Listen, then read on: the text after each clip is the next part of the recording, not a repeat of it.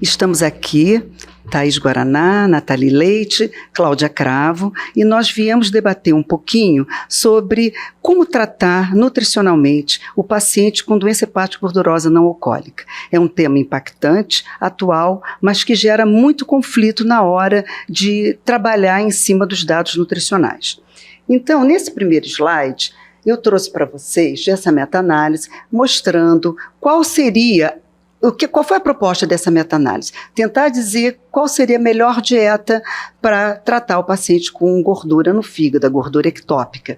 Então, o que eles chegaram à conclusão de que, mesmo todos os trabalhos que foram usados, vários macronutrientes, vitaminas, a cafeína e também micronutrientes, eles chegaram à conclusão que simplesmente o teor calórico, a restrição calórica é que seria, aí sim, a base para que essa gordura no fígado reduziria. E que simplesmente os açúcares e as gorduras, elas só foram impactantes no resultado quando havia a restrição calórica.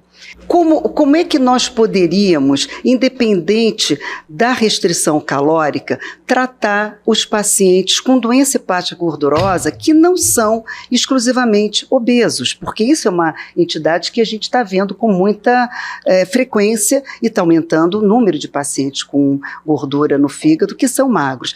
Então, se a gente for pensar na ótica dos macronutrientes e o que essas complicações metabólicas que essa doença traz, assim como o aumento da insulina, a resistência insulínica e todas essas doenças que estão acometidas dentro da doença hepática gordurosa, que é a síndrome metabólica, a gente poderia pensar que a modulação dos macronutrientes talvez fosse uma saída para tratar metabolicamente esse paciente. Então, nesse slide eu mostro para vocês o que a gente vem vendo na literatura, que não é um assunto novo, que é a frutose e a sacarose, que são os carboidratos simples, e a gordura saturada. O que eles fazem no nosso organismo? Ele contribui para a lipogênese hepática, ou seja, você começa a fazer gordura a partir do açúcar, aumenta o triglicerídeo intrahepático, interfere na oxidação da gordura mitocondrial, contribui para a deposição de gordura ectópica, ou seja, ele pode contribuir para o aumento da gordura, independente da quantidade calórica, alteração da função de célula beta no pâncreas e aumenta a secreção de insulina e a sensibilidade à insulina, provocando o quê? O estresse oxidativo. Então, na verdade, o que a gente está mostrando também, eu queria trazer esse slide, que também são assim, situações novas que estão se colocando na literatura, como os mecanismos moleculares pelos quais a frutose provoca esses efeitos no metabolismo hepático permanecem obscuros. Dados recentes sugerem que a frutose dietética pode alterar diretamente a expressão de genes envolvidos no metabolismo lipídico, incluindo aqueles com aumento do acúmulo de gordura hepática ou diminuindo a remoção da gordura ectópica. Então, resumindo, nessa modulação, com essa visão do tratamento metabólico, não exclusivamente calórico, o aumento da frutose, da sacarose, da produção de ácidos saturados, provoca o estresse oxidativo e o agravamento da resistência à insulina. E isso, para mim, Thaís, eu queria passar para você, para mim, e para a Nathalie também, né? Assim, agora para a Nathalie, que eu quero perguntar para ela sobre a microbiota, quer dizer, pensando nos ácidos graxos saturados, nesse excesso de açúcar, o que você pode contribuir com a gente em relação à microbiota? Então, eu acho que é muito importante, né? A gente sabe que fígado e intestino têm íntima relação, né? Tudo que é absorvido e que caminha através da veia porta, né, até o fígado, então a gente é o primeiro a receber toda essa carga que vem do intestino, da absorção do intestino.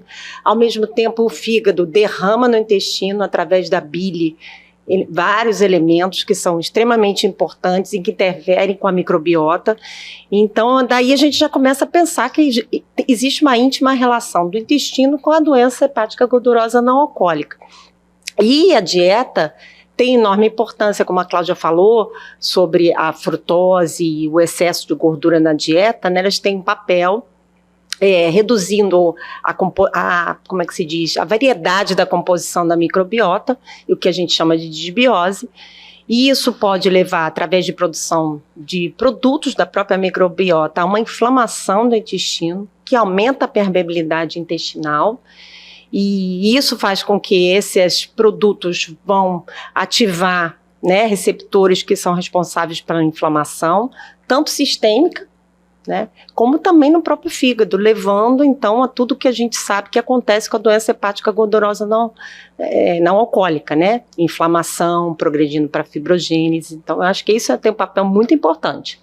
Ok. Então, agora eu vou passar um pouquinho para a Thaís, que a gente estava falando do tratamento, né, nutricional do paciente com síndrome metabólica, e a gente fala muito, Thaís, sobre a dieta do Mediterrâneo, que é a dieta da moda, no sentido que trata não só a doença hepática gordurosa, como várias outras doenças. Quer dizer, o que é a doença do Mediterrâneo, a dieta do Mediterrâneo, e como que ela pode contribuir para essa doença? Uma dieta bonita, né, Thaís? Então, linda, né? Na verdade, a gente sabe há muito tempo que o melhor tratamento para a doença gordurosa do fígado é a mudança de estilo de vida. Então, tanto com ajustes nas questões metabólicas de uma forma geral, mas incluindo atividade física, uma alimentação mais anti-inflamatória e mais protetora, né? E a perda de peso tem um impacto importante na histologia do fígado, né, na melhora da fibrose. Então a gente tem que atingir pelo menos 10% de perda de peso para ter uma melhora da fibrose, mas além disso a gente sabe que a doença gordurosa do fígado ela é uma doença que acontece de maneira isolada, então ela é uma doença que tem comprometimento sistêmico. E, na verdade, o fígado é uma das manifestações dessa doença sistêmica. E é muito importante que esse paciente recupere a saúde de uma forma global, né? Então, quando a gente analisa a dieta do Mediterrâneo, que é uma dieta muito rica em vegetais, né, uma dieta que a gente poderia dizer que a base principal da dieta colocada como plantas, né? Mas também uma dieta que tem um aporte de uma gordura saudável, né? O uso da gordura monossaturada, do azeite, e além disso, das castanhas, dos nuts, o uso de peixes, a redução da exposição à carne vermelha, tudo isso fazendo com que essa dieta tenha um aspecto anti-inflamatório, né?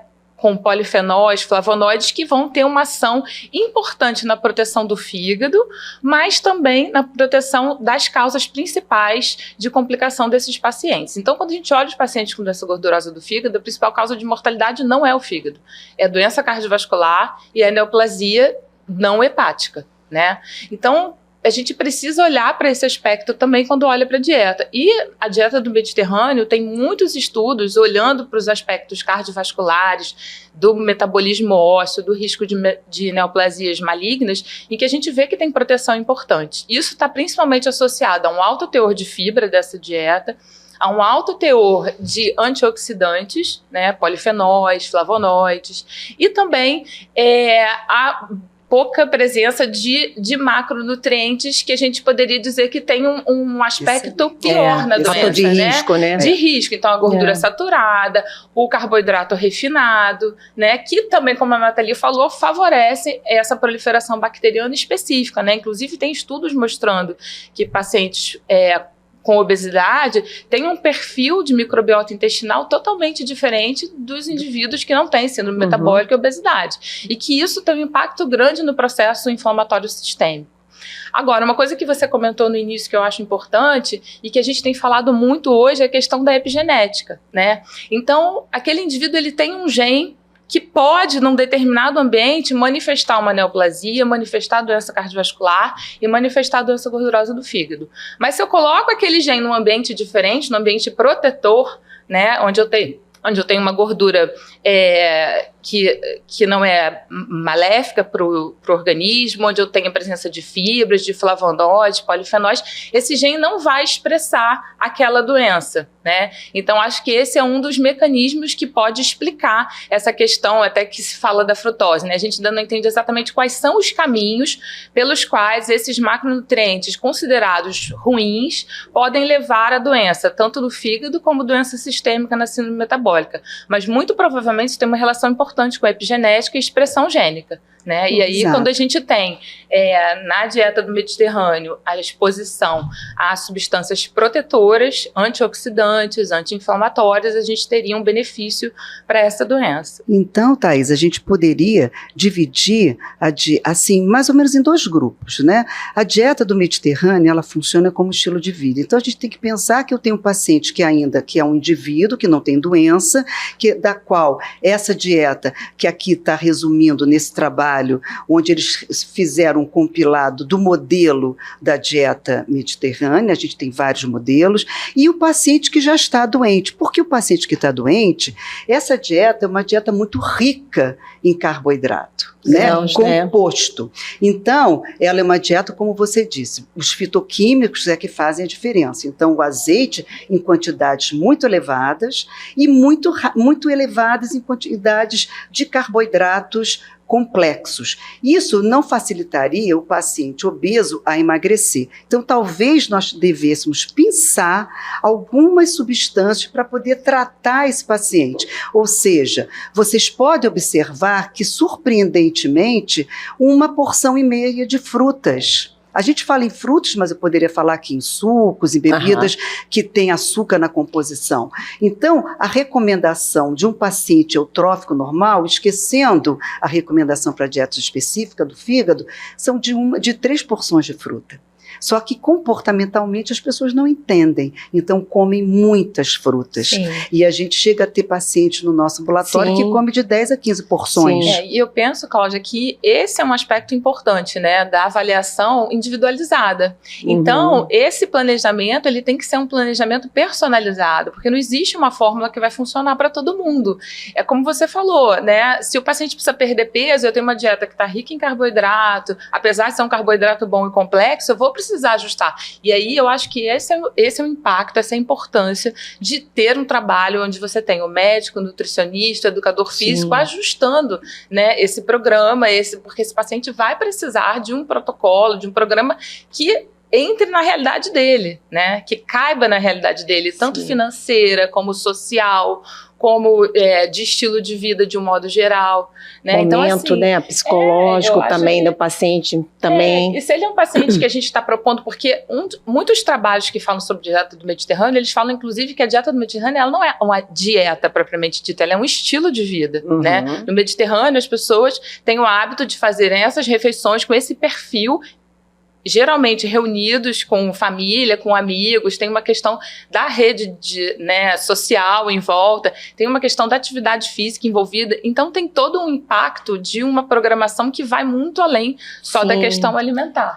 De confeccionar os alimentos, não utilizar ultraprocessados, né? Isso tudo vai junto no mesmo caminho do estilo de vida. Exato, e assim, só para dar uma ênfase na dieta do Mediterrâneo, para quem não conhece profundamente, a quantidade de carne vermelha em 14 refeições, são 2 vezes na semana.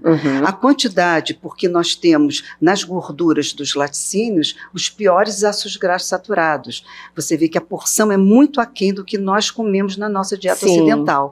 A quantidade de frutas é muito baixa, o que corrobora o que a gente vinha falando da moderação, de você modular uma dieta não só de restrição, porque a gente precisa que esse paciente alcance um peso sustentável e que diminua essa gordura, mas a modulação em função não só das doenças metabólicas, ela vem de encontro com a dieta do Mediterrâneo positivamente. Ou seja, não tem gordura saturada, diminui a fruta e diminui queijo, e não tem ultraprocessados. Porque o doce, quer dizer, a quantidade. Então, uma coisa que eu faço muito para os meus pacientes é começar, mesmo quando eles têm sobrepeso, com 2 colheres de sopa de azeite, com 30 ml, porque eu não tenho coragem de dar 80. Porque 80 eu estaria aumentando 720 calorias, então seria um contrassenso, né? Eu acho que tem que ter esse ajuste, né? Tem que ter esse ajuste. Que faz a equipe multidisciplinar conversar. Então, por exemplo, quando você também está fazendo um ajuste da alimentação, do plano terapêutico alimentar, e você tem um paciente modificando, por exemplo, o tipo de treinamento que ele está fazendo, de manhã ele treina, então você precisa organizar essa composição da alimentação. Talvez uma restrição nesse momento possa diminuir a performance dele numa tentativa de iniciar a atividade física regular. Então, tudo está, né, se falando nesse momento. E a gente precisa organizar, né, para trabalhar dessa forma, porque eu acho que o que funciona de verdade não é fórmula mágica, é uma avaliação personalizada junto de uma equipe em que você consiga fazer isso e ajustar, né, entre os membros da equipe esses aspectos Excelente. que são tão importantes. E priorizando o paciente. Outra questão que ia só comentar é que do álcool, né, que é um outro ajuste que a gente tem que fazer, porque nós temos pacientes com doença hepática gordurosa não alcoólica sem fibrose, né, apenas com inflamação e sem fibrose, mas a gente trata muitos pacientes com fibrose avançada. Acho que esse então, é um ponto que até Nathalie, leva à discussão, né, essa questão do álcool. Eu queria passar para Mediterrânea. vocês duas perguntas. Vocês acham que o paciente que chega para a gente com doença hepática gordurosa, leve ou moderada, não vou falar da acentuada, vocês recomendariam não beber? Ou só reduzir? Eu acho que tem uma recomendação clara agora, né, sobre isso. A última guia da Associação Americana de Estudo do Fígado, ela colocou um corte claro nisso. Então, se esse paciente tem F2, isso, ou seja, uma fibrose grau 2, nenhuma quantidade de álcool é segura para o fígado. Agora, eu acho que isso também é uma coisa que a gente precisa discutir. E a gente, como hepatologista, hoje olhando o fígado como o centro, né, no nosso olhar de uma doença sistêmica, a gente precisa olhar para o álcool também de uma outra forma. Quando você fala assim, é seguro liberar o álcool em quantidades pequenas para o paciente que não tem fibrose F2, é seguro para o fígado, né? Mas a gente sabe que a exposição frequente ao álcool, mesmo em pequenas quantidades, aumenta risco de neoplasia. Aumenta risco cardiovascular, risco, né, Thaís? Cardiovascular. Então, que assim, hoje já se sabe. E esse grupo de pacientes muito especial que a gente está estudando, que são os indivíduos com doença gordurosa do fígado, é claro que nós, como hepatologistas, temos um olhar muito especial para o fígado, né? Sim. Mas a grande causa de mortalidade deles é doença cardiovascular e neoplasia maligna. Sim. Então, eu não posso ficar tão tranquila assim com essa exposição ao álcool. Então, Nathalie, eu vou passar para a Nathalie a resposta também. Eu gostaria de perguntar se essa moderação de usar uma dose para a mulher, 2 doses para o homem, também comportamentalmente poderia prejudicar o consumo pelo hábito. Quer dizer, a dificuldade dele entender a lesão real do álcool. Sim. Bom, é difícil, né? Você atender um paciente e zerar o álcool não é tão fácil assim, né? Ele tá tendo vários limites ao mesmo tempo, né, para investir numa melhora do comportamento. Mas eu acho que, como a Thaís, eu também sempre pensei que um doente com fibrose que me preocupasse, que é uma fibrose de risco, né, um doente com NASH, com F2, uma fibrose de risco com progressão, ele deve parar de beber. E os demais, eu venho conversando sobre o álcool. Venho conversando que não é isento de complicações e tentando usar o mesmo ponto de corte para os dois, para homem e para mulher. Acho o menor dos pontos, né, que alguns utilizam, né, os 20 gramas como o da mulher. Né? Ok. Bom? Eu acho que a gente finalizou. Sim, aqui tem algumas noções que eu deixei só para fechar, que está no nosso tempo, né, comportamental do paciente, né?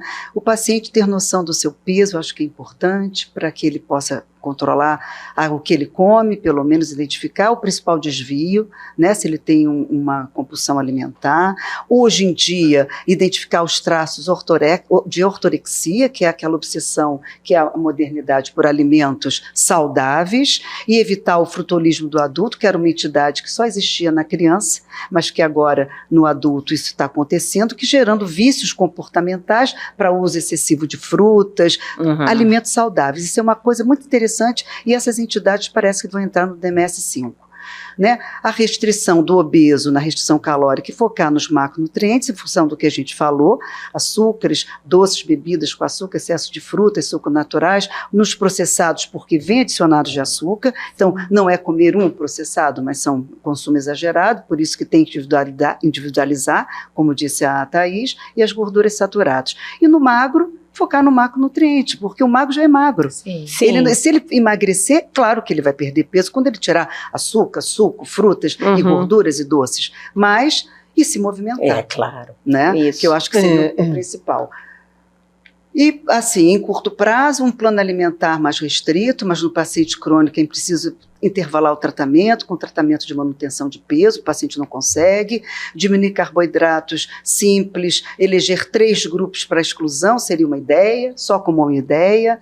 A gordura saturada, eu estou pensando aqui no paciente mais simples, não no paciente privado, né? Diminuir as carnes de paio, carnes vermelhas, linguiças, e determinar o consumo de carne vermelha, de churrascos, etc., que é habitual na nossa sociedade, praticamente semanal, e passar para carnes mais brancas, e para finalizar, aumentar o consumo de monoinsaturado e não usar o monoinsaturado para cozinhar, mas sim um poliinsaturado, porque a gente precisa do poliinsaturado, que ele também tem uma ação na dieta do Mediterrâneo, né? O ômega 3, não estimular receitas, ou seja, usar os alimentos mais isolados, porque você com a receita, você combina nutrientes, você não sabe porcionar e saber o que você está comendo, e negociar 1 ou 2 refeições livres. Eu queria deixar, se você puder escolher, para que isso pode ser uma gama de oportunidades que a gente tem para oferecer para um paciente. Mas é preciso deixar, é um paciente crônico, ele não vai conseguir fazer um tratamento em 6 meses.